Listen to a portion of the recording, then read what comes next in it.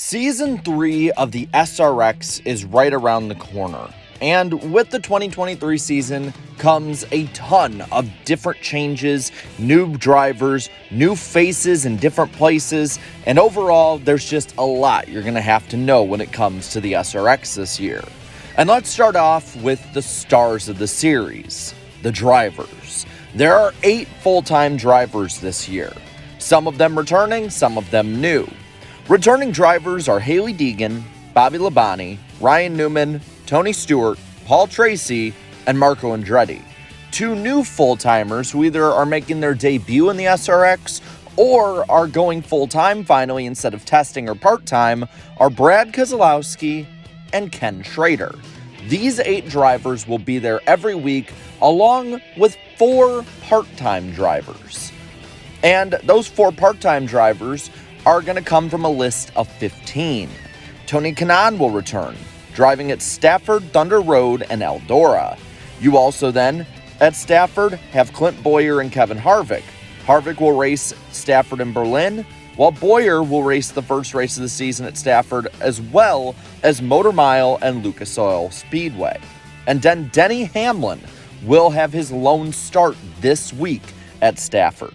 Then you have Greg Biffle and Daniel Suarez, who will do Thunder Road. Kenny Wallace will have Thunder Road as well as Lucas Oil Speedway. Elio Castroneves comes back for 3 races this year with Motor Mile, Berlin, and Lucas Oil. And then you have Joseph Newgarden for Motor Mile, as well as Kyle Busch for that race and Berlin. And then one-offs come from these 5 drivers as well. Casey Kane at Berlin, Ron Capps, Matt Kenseth, and Austin Dillon at Eldora, and Ernie Francis Jr. at the season finale at Lucas Oil. Speaking of these tracks, let's look at the schedule itself.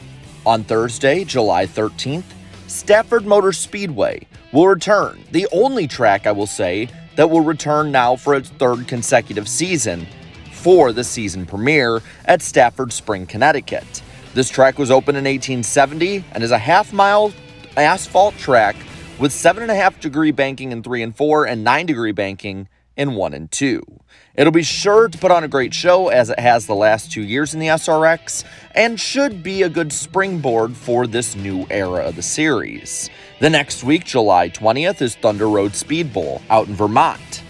Now, this track is nearly a circle and is only a quarter mile but has 18-degree banking and will have around 8,000 people there to see it in person. This track literally lives up to the name of being a speed bowl and should be really fun, but there is this to bring up as well.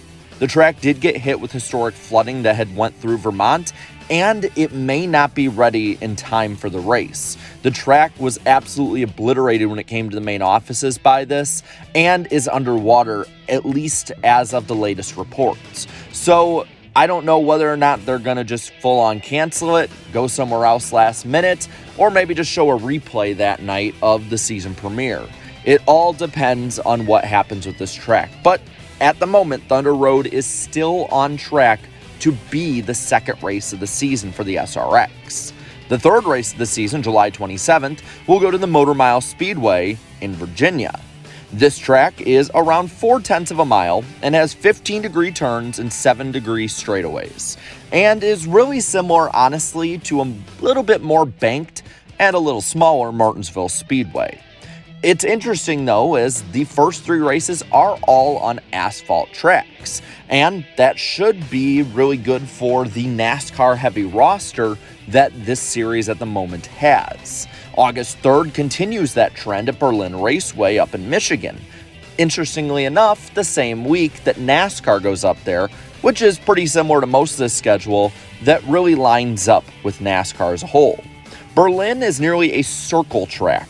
There is no wall in the backstretch, only in the corners and the front stretch, and the 7/16 of a mile track has a 13-degree banking in the turns and 9 in the straights. Those 4 races are the 4 asphalt races this year. There are more asphalt than dirt for the first time, but dirt will end the season with the last 2 races, starting with August 10th at the Eldora Speedway. One of the only two returning tracks from either of the first two seasons. Eldora comes back after a one-year hiatus on the SRX schedule. And the Ohio dirt track is a half mile with 24-degree turns and 8-degree straights, and will probably have the biggest crowd in person that the SRX will have this year, as the track can hold 30,000 people. Owner of the series, Tony Stewart, also owns this track, so it should be a really fun event, and I have to imagine Stewart will put his all into making this event a perfect one at that. This probably will have the best racing of the season, if I had to say so myself, so circle this on the calendars for August 10th. And then August 17th, you have the Lucas Oil Speedway, not to be mistaken for the Lucas Oil Raceway that's in Indianapolis. The Lucas Oil Speedway on August 17th out in Wheatland, Missouri, is a dirt track that's 3/8 of a mile and is probably the most up-to-date track of any on the SRX schedule this season, and should offer a pretty good event when it comes to the finale, and hopefully a really good showing for a championship battle.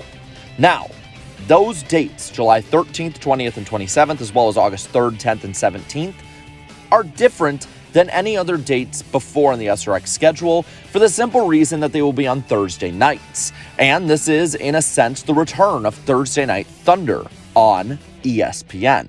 That's right, the broadcast this year will be much different compared to that of previous years. Unlike the first two seasons, ESPN will be broadcasting instead of CBS on Thursday nights, and this should be interesting to see how many more people at home are able to watch it. Instead of going head-to-head with NASCAR, Xfinity, or Truck Series racing, they instead have an entire night free of any big-name motorsports, so it should be interesting to see them as the stars of the show. Plus, this will be the first major American motorsport that ESPN has been in, as the only other motorsport they've had since the last half-decade or so has been Formula One. So maybe that could also see a bit of an influx of new and younger fans learning about, well, to be honest, older drivers in America. Alan Bestwick and Matt Yoakum will be in the booth for every race this year, and they'll have a guest analyst as in previous years. There will be 3 this year. Joey Logano will be there for Stafford, Berlin, and Eldora. Connor Daly for Motor Mile and Lucas Oil.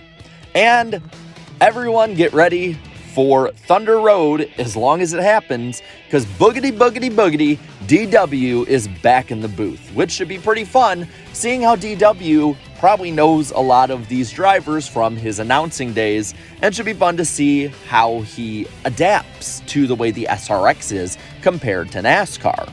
And then when you have the host, well, it's not going to be Lindsay Zarniak this year, but instead a familiar face to those who watch NASCAR on ESPN. That is Nicole Briscoe, who in my opinion did a fabulous job at the last half of the NASCAR contract from 2011 or so to 2014 of hosting the pre-race show, the mid-race report, if you will, and the post-race show for NASCAR. So this should fit right in her wheelhouse and should honestly be a nice return to form for her. So with that, those are the major pillars that you need to understand and know for the SRX this year. Now, I'm going to pass this all on over to you. What are you looking forward to the most in the SRX? Who are you rooting for? Who do you want there in the future? Let me know it all down in the comments below.